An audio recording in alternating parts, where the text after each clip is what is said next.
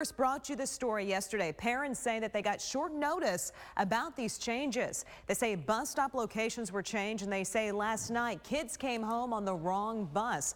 And some drivers had to actually turn around to take kids back to school to get them on the right bus. 8 News reporter Gretchen Ross joins us live in Chesterfield with more on what parents are saying tonight. Gretchen. Constance, parents tell me it was a bit of a nightmare to make sure that their children arrived home safely yesterday afternoon. Now, I'm at the corner of Eastman Road and Redbridge, which is a normal drop-off point here for children in this neighborhood. But parents tell me that's not where they found their children yesterday. It was just total and complete chaos. That's how parent Brittany Revels describes yesterday's drop-off. Revels says parents were gathered here at Eastman and Redbridge, the usual spot, but instead kids were dropped off at the top of the hill. When you see all those kids come running and kind of just, spreading out all across the street in a neighborhood that is infamous for speeding, it's scary. Revels isn't alone. Communication on this has been very poor, and as a parent, is really bad.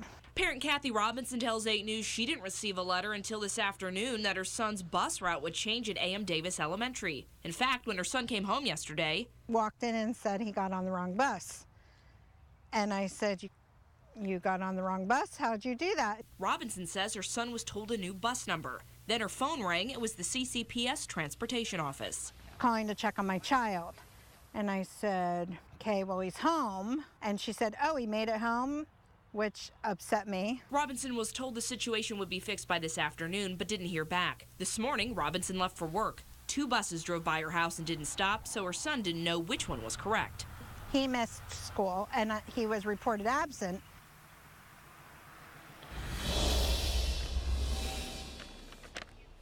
Now, I did talk with Robinson just now, and she said her son did arrive home on the correct bus safely today. Now, a letter was sent home yesterday to parents at Reams Road Elementary. The letter did apologize for any issues, but it does ask parents to make sure that their address is up to date and correct. I still haven't heard back from the school system yet today on why these changes at 4 schools are happening now and when they will be fixed. Reporting live in Chesterfield, Gretchen Ross, 8 News. What's new tonight, a push to bring healthy and affordable foods to Virginia's food deserts. There are several areas like in Richmond's East End. 8 News reporter Gretchen Ross joins us from the Digital Center with more on that new effort.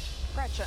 Constance, Senator Mark Warner, along with a few state and city leaders, met with almost 100 people today to talk food, how to gain better access to it, provide education and healthy meals to children, and entice stores to move into those food desert areas. One of the main concerns, finding the dollars to invest in affordable food.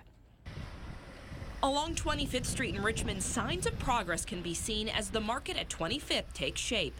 Proximity in the grocery business is really the #1 reason why people shop at a store. The marquee offers a promise of fresh produce and seafood for future customers. If we can be close to our neighbors and provide healthy, affordable food, then we're really reaching our goal. As the market is set to open later this month, the idea of this grocery store was just a dream for years, making it difficult for folks to shop. Over 1 million Virginians live in food deserts, 60,000 right here in the city of Richmond. That means you live more than in a rural area, 15 miles away from an access to be able to buy fresh fruits and vegetables, more than a mile away in an urban center. Senator Mark Warner and Congressman Donald McEachin are working on the Healthy Food Access for All Americans Act. If passed, the act would offer tax credits for businesses to open in areas like the East End, but that's only the first step. Leverage some of the other institutions, banks, hospitals, and others who have a requirement to invest in community, to think about elevating investment in healthy food. I also talked with a food truck owner who attended today's meeting. He shared with me a few ideas of how to bring healthy food to underserved areas in Richmond. Find out his plan at 6. In the Digital Center, Gretchen Ross, 8 News. All right. 8 News at 6 starts now. Weeks before graduation, we're learning that some Richmond High School seniors won't be receiving their diplomas on time. I'm Juan Condi. And I'm Constance Jones. We've been following the controversy over school credits for months since the state gave the district a deadline to review all the high school transcripts. 8 News reporter Gretchen Ross is joining us live outside George Wythe High School. Gretchen, did they make that deadline? No, Juan, they did not. That deadline for seniors was February 1st, and for the rest of high schoolers, it was April 1st. And they are still in the process of reviewing transcripts for seniors. That's about 1,100 total. They've already done so 8 times, but each time they do that, new issues start to pop up. Now, as RPS works to correct the mistakes, the superintendent says expect the graduation rates to be lower than last year. Richmond Public Schools is 100% committed to ensuring that every one of our students graduates and graduates on time. For months, Richmond Public Schools has been reviewing high school seniors' transcripts after errors were discovered. Those issues date back to 2015. Superintendent Jason Cameron says a few issues may have inflated graduation rates. Locally awarded credit where the school division needs to verify that a student has gained mastery in that class. There's a process you're supposed to go through, and as best as we can tell, that process has not been always happening, and those credits were awarded more or less automatically. We are no longer doing that. Cameron expects the graduation rate could now be lower than last year, which was 75%. 8 News caught that 2 numbers were flipped for a school board presentation last night regarding the amount of seniors graduating on time. And what was intended to be said is that about 500 students, 500 seniors are on track for graduation, and about 300 are what we call likely to graduate in June. We can't say for certain that they will. Nearly another 300 students will need to complete summer school or online classes to graduate in the next few months or later in the year.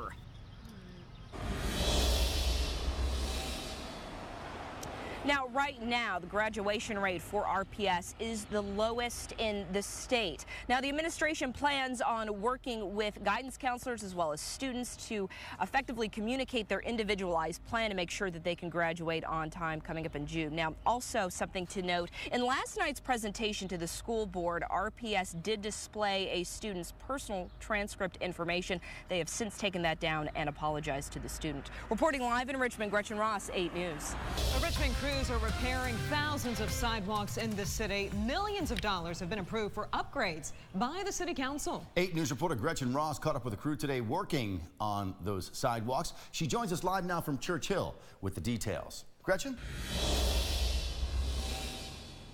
Juan, Constance, when I talked to the director of Public Works earlier today, he mentioned Church Hill as an area of high priority to repair sidewalks along with thousands of others. Now, I'm on a pretty treacherous stretch here at East Clay and 24th Street. You can sort of see it behind me, and I talked to folks here in the area today who tell me they regularly avoid this spot when they go out for a walk or for a bike ride. Now, just last week, City Council approved $16 million to be dedicating to fixing sidewalks just like this one here in the East End, along with potholes as well. Also, DPW went before council on the finance committee asking them to dip into the rainy day fund for an extra $1.6 million since the department is currently over budget. Mayor LeVar Stoney is hoping council gives the green light to the money so essential city services such as trash collection doesn't stop. Any further delay in the disbursement of these funds means delay also in the service that we provide as well. And so it's my hope that the Finance Committee or the City Council as a whole take up these papers as quickly as possible. This is something that the administration should be able to get a handle of because, frankly, it's a problem with the management and holding departments accountable for their actions. Now, the sheriff's office also requested $2.1 million from the rainy day fund to pay for overtime expenses. The Finance Committee will take this issue up again next month. Of course, we will continue to follow it very closely, and we will update you on air, online with any developments. Reporting live in Richmond tonight, Gretchen Ross, 8 News.